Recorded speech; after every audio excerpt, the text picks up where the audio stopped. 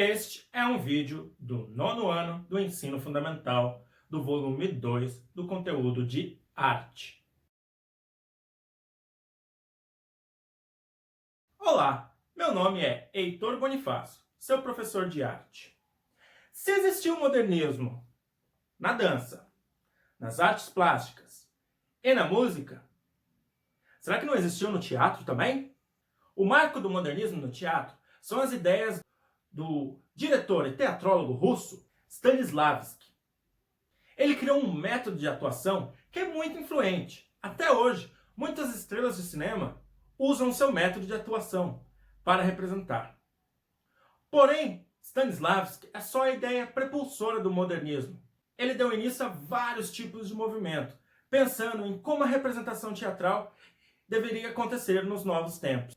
No Brasil, o teatro cresceu muito durante essa época e temos vários grandes representantes do modernismo no teatro. Durante o período do modernismo brasileiro, o espaço de representação teatral passou a ser repensado. No lugar do tradicional palco italiano, as companhias teatrais optaram por utilizar um arranjo arquitetônico em forma de arena, que interferia diretamente na composição do cenário e na atuação. Você sabe a diferença entre um palco italiano, um auditório e um teatro arena? O palco italiano surgiu na virada do século XV para o XVI, sendo ainda hoje o mais utilizado no teatro ocidental. Apresenta disposição frontal e palco delimitado pela boca de cena, à frente do palco, e cortina, criando um efeito de ilusionismo. E perspectiva, assim como na pintura renascentista. Já o teatro arena é um tipo de espaço cênico que tem origem no anfiteatro grego, em que há uma área central de representação cercada por arquibancadas para o público. Geralmente, uma arena tem 360 graus, como num circo, e uma semi-arena tem 180 graus. No teatro arena, preocupamos-nos com um espetáculo mais puro. Sua verdadeira vedeta, estrela, é o texto, com a ausência de cenários e a proximidade do palco. Toda a atenção se concentra sobre a peça e o desempenho, segundo José Pécora. O teatro arena no Brasil não se restringe à forma do palco, mas a um ideal de teatro.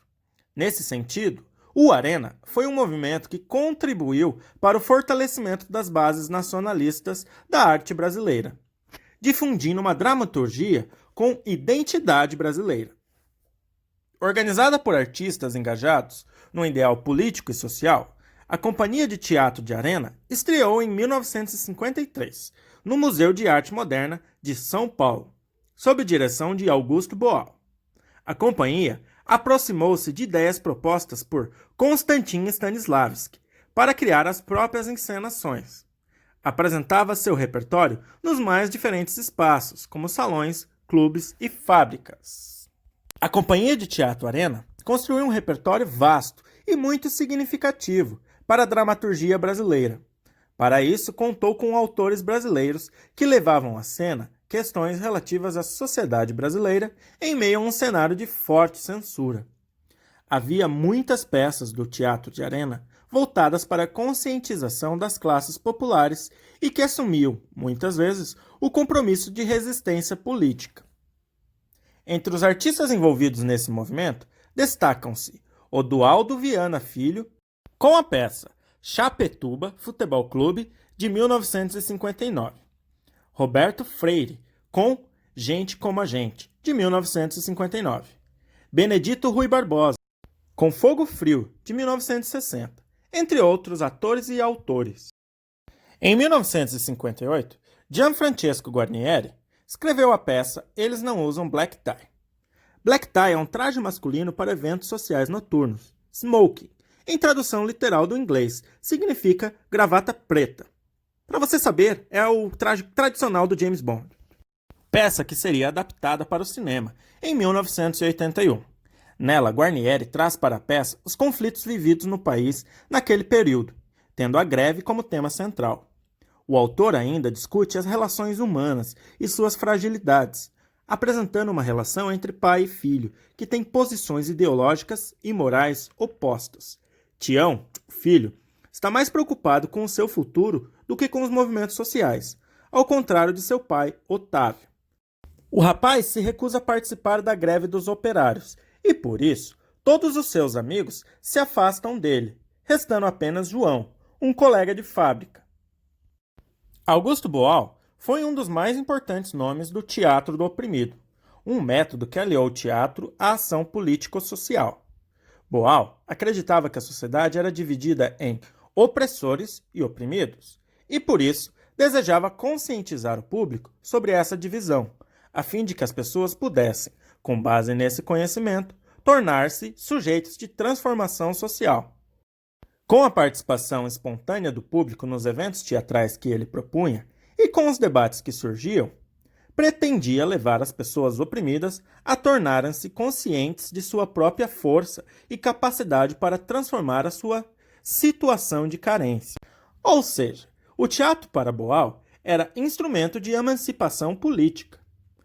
Como discutia especialmente as relações de poder e opressão, em 1971, decidiu partir para o exílio por cerca de 15 anos, após ser preso e torturado pela ditadura civil-militar. Foi nessa época que seu teatro do oprimido se propagou para os mais diversos países, dos Estados Unidos ao Tibete, passando pela Europa. Além do Teatro Arena e do Teatro do Oprimido, nós temos o Teatro Oficina, que estava destinado a romper um pouco com as ideias políticas muito estritas de Augusto Boal, embora não se negasse a fazer críticas sociais também. O surgimento do Teatro Oficina, em meados da década de 1950, gerou significativas mudanças para a modernização do teatro brasileiro. A companhia visava produzir um teatro bem distante, seja daquele feito pelo Teatro Brasileiro de Comédia, seja do engajamento presente no Teatro de Arena. A companhia revolucionou a dramaturgia brasileira, com montagens como Pequenos Burgueses, do russo Máximo Gorki, em 1963, e O Rei de Vela, de Oswald de Andrade, em 1967. Essa última ganhou imensa notoriedade, lançando um importante movimento de vanguarda brasileira, o tropicalismo. Em 1974, seu diretor, José Celso Martínez Corrêa, foi preso e torturado pela ditadura civil-militar. Em seguida, partiu para o exílio em Portugal, onde permaneceu até 1979. Na década de 1980, a companhia ressurge como Teatro, Oficina, Usina, Uzona. Antunes Filho foi um dos principais diretores de teatro do Brasil, criador do Centro de Pesquisa Teatral. Fez espetáculos que marcaram a história da encenação brasileira, como Macunaíma, Romeu e Julieta, Nova Velha História e Vereda da Salvação. Em meados da década de 1970, interessado pela literatura modernista, Antunes Filho deu início ao projeto de adaptar a obra Macunaíma. Macunaíma, o herói sem nenhum caráter, é uma obra literária escrita em 1928 por Mário de Andrade. A narrativa, que faz um retrato do Brasil e de sua cultura, conta a história de um índio em busca de uma pedra que teria poderes. O texto faz um retrato do povo brasileiro por meio de uma rapsódia, isto é, uma história que apresenta as tradições orais e folclóricas de um povo. A adaptação da obra literária para o teatro ocorreu 50 anos depois de sua publicação. Sua tarefa de casa será muito simples. Você tem que fazer uma leitura dramática. Um trecho da peça Eles Não Usam Black Tie, de Gianfrancesco Guarnieri. Eu vou deixar o texto junto com o vídeo. Espero que tenham gostado. E vejo vocês na próxima. Tchau!